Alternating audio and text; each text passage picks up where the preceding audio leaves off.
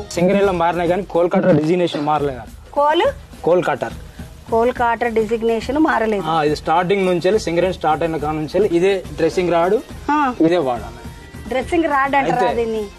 నువ్వేం చేస్తావన్నా మరి రాడ్ పట్టుకొని? అక్కడ నేను సైడ్ గానీ టాప్ గానీ టెస్ట్ చేసుకుంటా, లోపలికి వచ్చేసి సరే ఏదైనా బ్యాడ్ ఉంటే దీంతో పొడుస్తాం, సైడ్ కూడా డ్యామేజ్ ఉంటే అది కూడా డ్రెస్సింగ్ చేసుకుంటాం.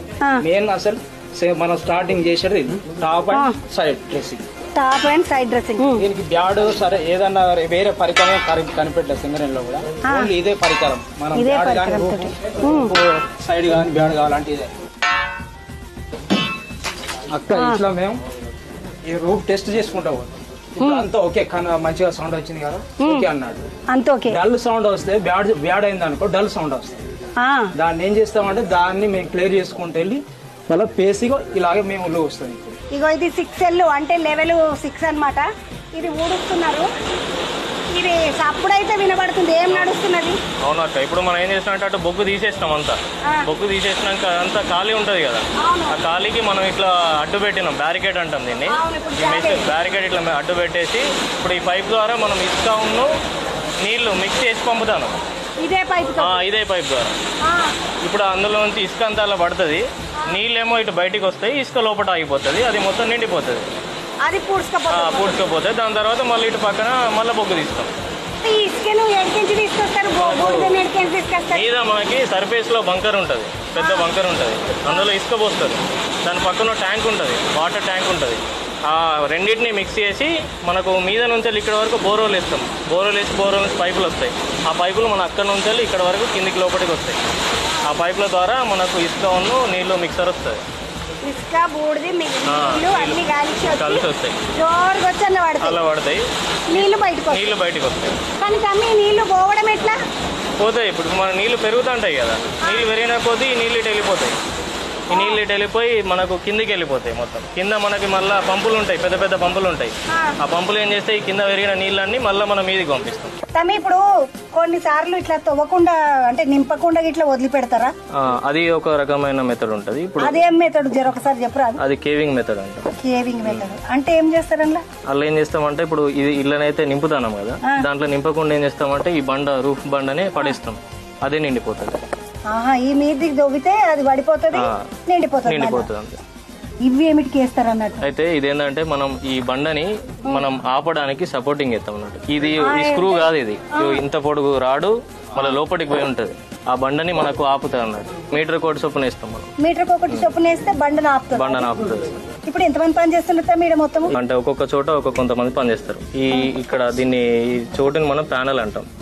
అంటే ఇట్లా 3 ప్యానెల్ నడుస్తాయి మనకి. ఈ ప్యానెల్లో దాదాపు 60 మంది దాకా పనిచేస్తారు. అయితే మనం ముందుగా ఈ బొగ్గు మనకు రావాలంటే వీళ్ళు కోల్కట్టర్లు అనే డిజిగ్నేషన్ ఉంటారు, ఒక 4 ఉంటారు వీళ్ళు. ఈ మిషన్ కి డ్రిల్లింగ్ రాడ్ పెట్టి ఇది మనం ఆన్ చేస్తే ఇది తిరుగుతూ ఉంటది. ఆ డ్రిల్లర్ కూడా తిప్పి హోల్స్ వేస్తాం. అట్లా మనకు ఇప్పుడు దీనికి మనకు అందాదా 9 నుంచి 10 హోల్స్ పడతాయి. 10 హోల్స్ వేసి దాంట్లో మందు పెట్టి బ్లాస్ట్ చేస్తాం. బ్లాస్ట్ చేస్తే అప్పుడు బొగ్గు అంతా ఇక్కడ పడుతుంది. తర్వాత మనం మళ్ళీ ఆయన ఆపరేటర్ వచ్చి దీన్ని లిఫ్ట్ చేసి టబ్లలో తీసుకొని పోయి టబ్లలో పోతుంది. పని మాత్రం చాలా కష్టమైన పని. ఈ పని మనం చేయలేము, ఆయాసం వస్తున్నది చెప్తుంటేనే నాకు. వాళ్ళు చేస్తుంటే ఇంకెంత కష్టం అవుతున్నది వాళ్ళకి పాపం. ఎప్పుడన్నా ఎవరైనా నాగమైతారా ఇలా? ఎందుకంటే మనము ఇప్పుడు మీకు చెప్పాను కదా, లెవెల్ డిప్ రేజ్ అని చెప్పినాం కదా, ఆ లొకేషన్ ప్రకారం వాళ్ళు వెళ్ళిపోతా ఉంటారు. ఎవరి పని వాళ్ళు వెళ్ళిపోతా ఉంటారు. పుచ్చుకుని ఎప్పుడన్నా లైట్ ఆగిపోతే అతను అక్కడనే ఉంటారు. ఎవరో ఒకరు ఆ ఏరియాలో వస్తారు కదా, ఎక్కడ లైట్ అయితే ఆగిపోతుందో అక్కడనే కూర్చోవాలి వాళ్ళు, అక్కడనే ఉండాలి. ఎందుకంటే మళ్ళీ చీకట్లో ఉంటది కదా, ఆ ఏరియాలో మిగతా కార్మికులు ఉంటారు కదా, వాళ్ళు ఎవరో ఒకరు తిరుగుతూ ఉంటారు కాబట్టి వాళ్ళు చూసి ఐడెంటిఫై చెప్తారు అన్నట్టు. లైట్ ఎక్కడ కనబడదు అనుకోండి, ఇక్కడ పలానా అక్కడ ఉన్నా ఒకసారి రండి అని అంటే వాళ్ళని తీసుకుని వస్తారు. ఈ లైట్ ఏం లైట్ అన్నట్టు ఏం నడుస్తుంది? LED light madam. ఇది ఎల్ఈడి లైట్. ఇది ఒక్కసారి తీసి చూస్తే ఇది ఇప్పుడు మళ్ళీ బ్యాటరీ వేస్తారా? బ్యాటరీ ఇది బ్యాటరీ మేడం, ఇది బ్యాటరీ. ఇది అయిపోయిన తర్వాత ప్రతి కార్మికుడు పైన తీసుకొచ్చేసి ల్యాంప్ రూమ్ అని ఉంటుంది, దాంట్లో మనం ఛార్జింగ్ పెడతాం. ఇది ఒక్క పర్సన్ కి ఇప్పుడు నేనున్నా అనుకోండి, నాకు సపరేట్ ఒక అలాట్మెంట్ ఉంటుంది. ఒక బ్యాటరీ ఒంటరిగా నా లైట్ ఉంటుంది. నేను అయిపోయిన తర్వాత నేను ల్యాంప్ రూమ్ లో హ్యాండ్ ఓవర్ చేసిన తర్వాత మళ్ళీ మిగతా 16 hours వాళ్ళు ఛార్జింగ్ పెట్టేస్తారు. 8 గంటలు పని చేస్తే దీంతో 16 గంటలు ఛార్జింగ్ పెడతారు. మళ్ళీ రేపు నేను నా ల్యాంప్ నేను పట్టుకొచ్చుకోవాలి. ఇప్పుడు ఇది ఎవరితో ఒక నంబర్ ఉంటుంది. ఇది నెంబరు అక్కడ ల్యాంప్ రూమ్ ఇన్ఛార్జ్ ఉంటాడు. ఆయన ఇప్పుడు పలానా ఈ నెంబరు ఈ వ్యక్తికి అలాట్మెంట్ చేసినాము అనేది ఆయన రిజిస్టర్ చేసుకున్న తర్వాత మనల్ని లోపలికి ఈ క్యాప్ ల్యాంప్ హ్యాండ్ ఓవర్ చేసి తీసుకెళ్తారు. ఒకవేళ ఏదైనా ల్యాంప్ రాలేదనుకోండి, అక్కడ పలానా వ్యక్తి రాలేదు అనేది ఐడెంటిఫై అవుతుంది. షిఫ్ట్ అయిపోగానే లైట్ ఇవ్వకపోతే ఈయన ఇంకా రాలేదని మాకు అందరికి ఇంటిమేషన్ ఇస్తారు. దాని ప్రకారం ఆ పలానా వ్యక్తి ఎక్కడ ఉన్నాడు ఏందని ఎక్కడ ఉన్నారు, లోపల ఉన్నారా, పైన ఉన్నారా. ఆ సార్ వాళ్ళు కూడా మమ్మల్ని అన్ని చూపిస్తారు, అన్ని తిప్పారు. మాకు అట్లాంటి దారి తప్పడం, ఎట్లా వెళ్తే ఎట్లా రావడం, ఎటు మిస్ అయిన ఎట్లా రావడం అనేది అన్ని చెప్పారు సార్. సింగరేణిలో రియల్ హీరోలను చూసినా అస్సలు హీరోయిన్లు ఇగో ఈడున్నారు రియల్ హీరోయిన్లు 9 మంది. ఏం దమ్ము పోరలది, ఏం ధైర్యము. ఇల్లు వచ్చి పనిచేసుడు మొగోళ్ళకు సాటి, మొగోళ్ళకు పోటీ. నడుండి ఇక పోదాముడు షాను పోవాలి ఇంకా మీదికి.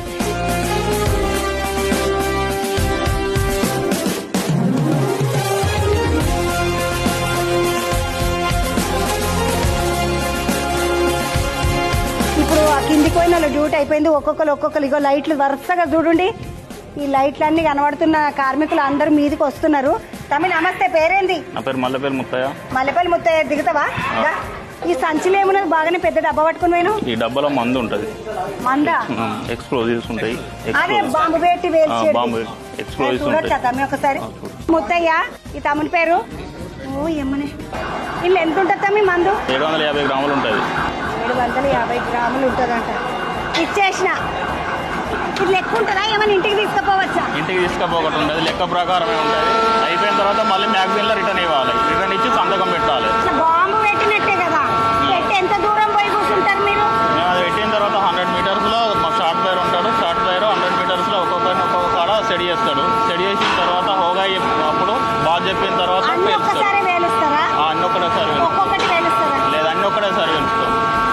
12 హోల్స్ చేస్తాం. 12 హోల్స్లలో మందు వేస్తాం. అన్నిటికి కలిపి వైర్ కడతారా? అన్నిటికీ కనెక్షన్ ఇస్తారు. ఇప్పుడు మనం కిందికించి తీసుకొచ్చిన బొగ్గు ఈడ టిప్లింగ్ అవుతుందంట. టిప్లింగ్ అయితే కింద బావి ఉన్నది, ఆ బావి మీద బెల్ట్ ఉన్నది. ఆ బెల్ట్ మీదకించి మళ్ళీ పైకి పోతుందంట. తీసుకొచ్చిన బొగ్గునంతా ఇళ్ళకి వేస్తున్నారు. ఇది పెద్ద హౌస్ లెక్క ఉన్నది.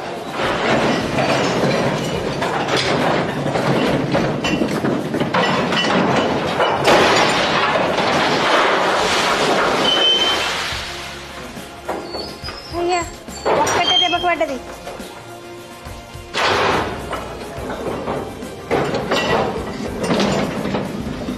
అసలు ఒక్క నిమిషం కూడా అర్థం కాలేదు. టింగుమని వచ్చింది, డింగుమని పడ్డది.